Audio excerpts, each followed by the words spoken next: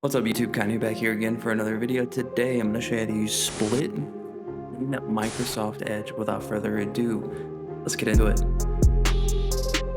Alright, so here we are in Microsoft Edge. All you're going to do is come to the top right to the three dots, click on those, and then click on split screen. Once you click on split screen, now you're going to have two separate screens open in one tab. So you can open up YouTube on one side, and then you can open up maybe Amazon, maybe kayak.com, whatever you want it to be. But as you can see, I have two separate sides open.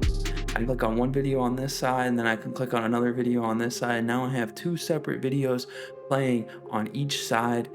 But if you do not have split screen mode, let me pause these videos real quick.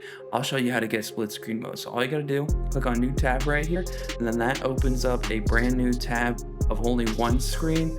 But if you want to get split screen mode, you have to make sure that you're on the most recent version of Edge. So you're gonna click on these three dots again, and then go to settings.